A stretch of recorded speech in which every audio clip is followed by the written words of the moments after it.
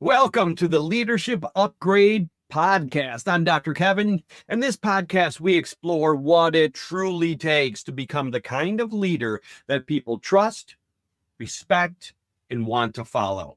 If you're a high achieving entrepreneur or executive and you want to upgrade your leadership from the inside out, this is the place for you. So, welcome.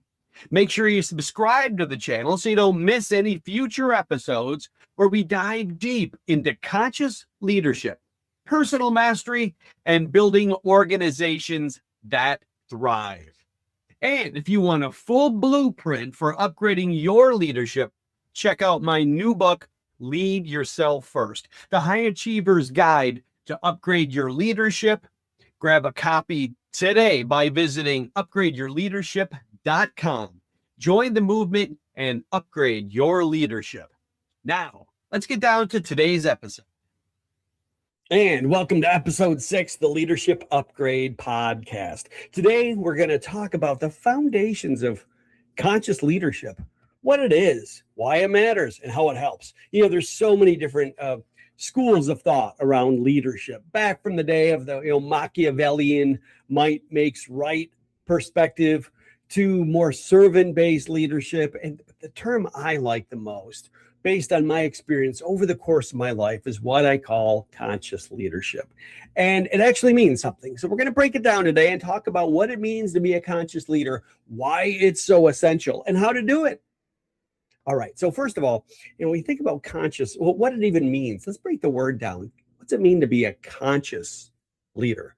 Well, conscious is really nothing more than being awake, right? To be conscious is to be awake, but it's at some level then more nuanced than that as you dig into what consciousness is, because true conscious leadership requires a level of conscious mastery. And that's the leadership element, right? Leadership is about being intentional and purposeful. The conscious part is being awake. Now, there's a couple core elements, as you know, as I've talked about in the previous podcast, a couple core elements that are essential in understanding what it means to be conscious and why this is different than other forms of leadership, why it's different than theory X or theory Y or servant leadership. This is all about choice. That's really the heart of it. It's about choice and results. Because remember, beliefs drive behaviors to get results. Most leadership systems would have you focusing on results or the way you engage with other people, which is fine. But conscious leadership encompasses all of those. When you're in a position of choice, you get to decide more intentionally how you show up with others and to have a deeper awareness of what the impact truly is. With awareness of that impact, then you're in a position to lead with greater intention and choice and to have the result that you want. So for me, one of the things that's really foundational in understanding conscious leadership is to understand that it's not just a role at work. It's not a place in a system's hierarchy, right? That's more of management. When I think about where you fall in the hierarchy, okay, you're a manager, that's great. But to be a leader isn't about work. It's about how you show up in the world, how you show up for yourself, and recognize that we have these deep patterns that we're unaware of that dictate and drive how we show up at a core level, way beyond what we're even aware of. This is why awareness, when you open that door, it's an infinite journey. It would be continually become more and more and more aware. And I got to tell you, I spend my days on the phone or in businesses with leaders who don't have awareness of the patterns that are driving how they bring meaning into the world. They don't see their own cognitive framework. They don't see their own bias. And it's through that bias. It's so amazing because all the leaders I work with are frustrated with others and they know they're right. This is what we all do as humans. But it's a bias that's confusing us because we're not right. Being right doesn't help us get the result we want.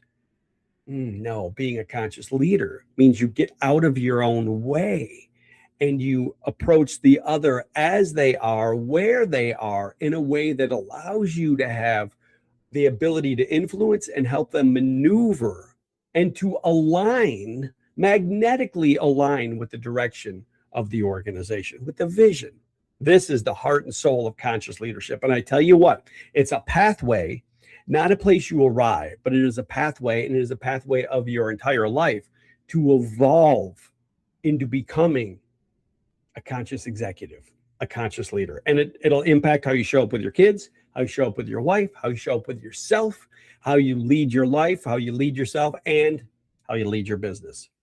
So it is absolutely foundational and completely important, this notion of conscious leadership, of waking up. And so it really brings us back. What's it mean to wake up, right? What are we waking up from?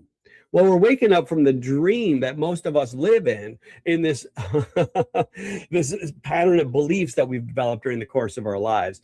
It's so blinding. So most of us are just blind, right? We're caught in these patterns. When we talk about waking up, it is about having that level of presence. First of all, here, now, in this moment, and then to be able to own your awareness and question the things that you normally might not even notice or question, right? That's awareness. So presence and awareness. Now, how does that help you become non-reactive?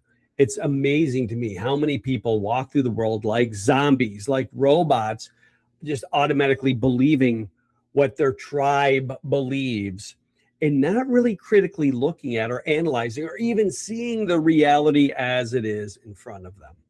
So waking up can be a little painful because you have to realize that you're not the one who's always right. And your team isn't the one who's always right. You have to, waking up, conscious leadership is about letting go of that and seeing reality as it is without reacting to it. Most people, right, when our tribe has a certain belief system, we just get right on board. We believe with the tribe and we feel validated and it feels good. But in doing so, we're just in a position where we're playing out these zombie autopilot robot patterns. And we're not truly owning our free will. Free will and waking up is painful because then you have to recognize the dissonance in your life. You have to recognize that sometimes we are blind. We have biases that we don't see. Waking up, the heart of conscious leadership, waking up to your own blind bias and owning it. There's nothing more profound. That's why being able to be present right here, right now, not caught up in the narrative, not thinking about what you did or what you should do. No, not the past, not the future, but right here in this moment. And then you open the door to conscious mastery, because then when you're present, you can start to pay attention with intention. You can move your attention where you want it, when you want it. You can become aware of your patterns of thinking, of feeling, of behaving. You can become aware of yourself, your personality, your leadership style, your tendencies. You can become aware of the subtle micro cues that others are exhibiting. Right? And recognize that as a leader, as a manager who has a position of authority in a hierarchy, everything you do is going to be reacted to. And so when people aren't showing up with complete engagement, it's as much about you as it is about them. This is the heart and soul of conscious leadership. And this is why it's so impactful. It's more impactful than any other leadership technique you will ever learn in your life, because when you open the door and recognize that you have the tools within you, but it's going to require you to let go of a lot of the tools you'd established during the course of your life. When you recognize that, well, at first it's disorienting and it creates a certain vulnerability within you. But I'll tell you what, when you step into that place, that's the place of empathy. That's the place where trust is built. That's the place where you have power.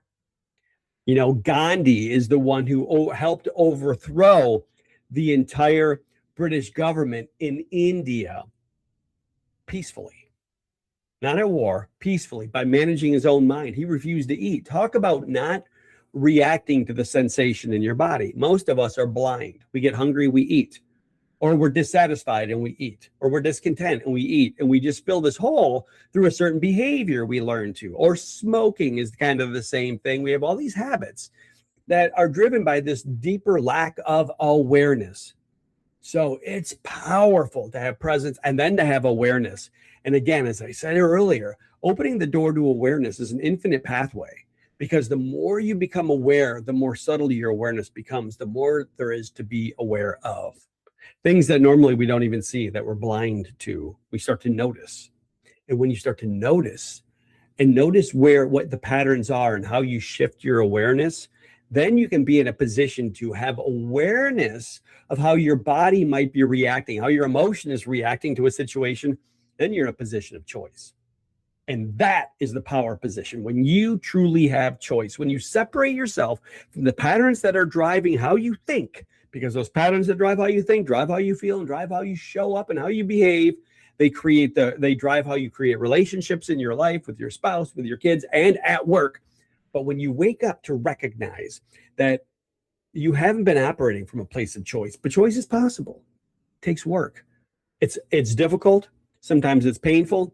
And ignorance is bliss. So, you don't have to struggle when you just live in a blissful life where everybody else is the problem. But when you truly wake up as a leader, when you truly enter the world of conscious leadership, all the ownership, accountability, and responsibility is on you.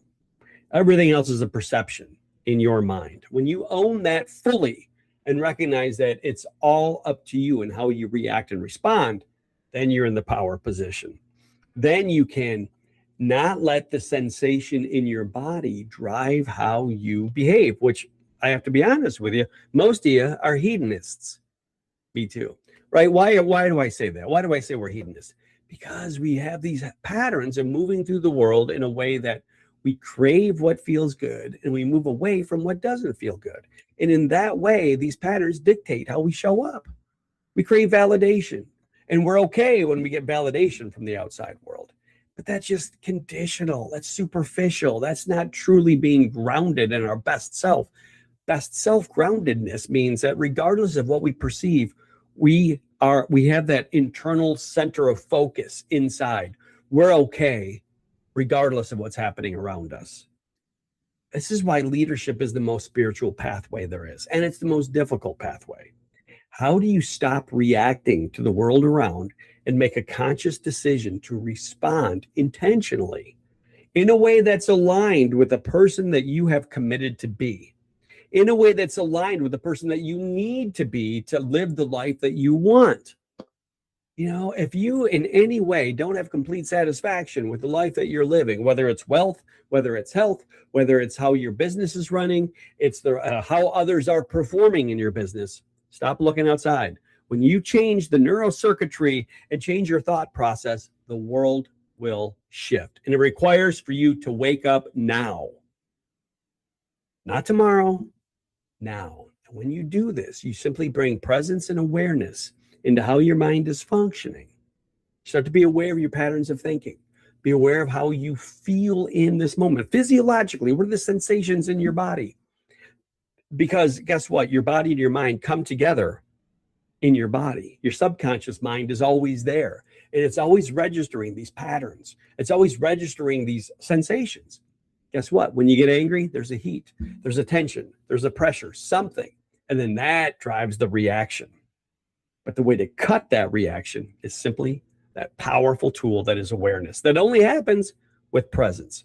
So if you want to create and really wake up as a leader and unleash your power as a leader, you must develop and create a regimented routine of developing presence, practicing every day, coming back to the present moment over and over and over, because this is all there is.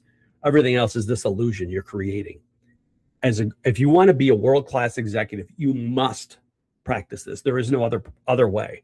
Simple, as I said before, if nothing else, come back to your breath. Practice breathing. You must practice awareness. Now, there's different ways to have awareness, right? Awareness of the world outside of you, awareness of the other person, awareness of the situation, but it must start with awareness of yourself. Like the objective observer we've talked about before, to be objectively aware of yourself and the patterns that are playing out in your thinking, in your feeling, and in your behaving. And then to be in a position of equanimity or true intention. Now, making that a regular practice is absolutely key. So to notice, right? I notice myself sometimes if traffic is not, if I'm late for a meeting and I'm driving, I start to get frustrated. Why do I get frustrated? Because of the constraint I put on myself. A, because I didn't leave on time. B, because of the impression I'm going to leave with the other person. I'm going to let them down. right? All this deeper programming that got installed when I was 3 years old as a pleaser. Now I'm going to be late and I'm going to be displeasing. That's the story in my head. So now I'm driving fast and recklessly, and somebody's driving in the slow lane. Driving slow in the fast lane, and I get irritated, more irritated. And here's the great thing. If you really start to pay attention, you'll notice your physiology shifts in those moments. I'm breathing more aggressively. In those moments, my heart speeds up. I start to get hot. There's the red flag. There's the early warning radar system. When you notice that physiological shift that only happens through awareness, then you're in a position of choice. Then you can ask yourself, in this moment, what do I need to do? What I do is turn up the radio, put on some good old 70s rock, get into the slow lane and set my cruise control, or maybe not the slow lane, but set my cruise control to take my foot off the accelerator and just breathe. And come back to what we know is true, that the more effectively you can focus on the things you have the ability to control and let go of the rest, the more you have power in your life. So the thing I'll ask, how much time do you spend focusing on what you can't control? How much time do you spend frustrated over things that you have no ability to influence? Well, that's just crazy. We all do it, but let's acknowledge it, have awareness of it, and change that pattern, because it is nothing more than a pattern. And it's a pattern that's causing you frustration, it's causing you stress, and it's causing you suffering. So come back. I'm going to ask you to come back to this, your practice. Practice being right here, right now, being present, being aware, noticing what's going on at any given moment. When you're in your car, how about once in a while you turn off the radio and just notice what you're perceiving in the moment. Notice what you're aware of going on inside, what you're feeling, hearing, smelling, tasting, touching, all of your senses. Wake up to your senses. Wake up. Cast off the blanket of slumber that most of us live in and wake up. And then from that place of presence and awareness, again, start to make a commitment to be intentional towards the person that you want to become, not the person that you've been programmed to be. But this is truly a leadership upgrade. And you don't upgrade just how you show up at work. You upgrade all of it, or you upgrade nothing. So upgrade your leadership and recognize and make a commitment to focus on the things you can change. Let go of the rest. Become aware, become present, and become intentional. The choice is yours. But from that position, that foundation, you actually have a doorway to access an unbridled opportunity to achieve your potential. This is about you achieving your potential. Upgrade your leadership. And if you haven't, check out the book, Lead Yourself First, because it's going to take you down a pathway that's going to help you become the best version of yourself as a leader and in your life. It's great seeing you. I'll look forward to seeing you on the next episode. Bye for now. Hey, thanks for joining us on today's Leadership Upgrade podcast. Now, if you want to continue to challenge your ideas about leadership while increasing your influence, make sure to subscribe to the channel and share this episode with someone you know who wants to become a more inspired executive. If you're ready to take the next major step in upgrading your leadership, don't forget to grab a copy of Lead Yourself First, the High Achiever's Guide to Upgrade Your Leadership, available now. Just go to Upgrade Your Leadership now to secure your copy of the book, and we have additional resources available for those who are truly committed to becoming better. So download the workbook, get the book, and put yourself on a path to become the best version of yourself as a leader. Remember, before you can truly lead others, you must first learn to lead yourself. See you on the next episode. For now, this is Dr. Kevin wishing you well.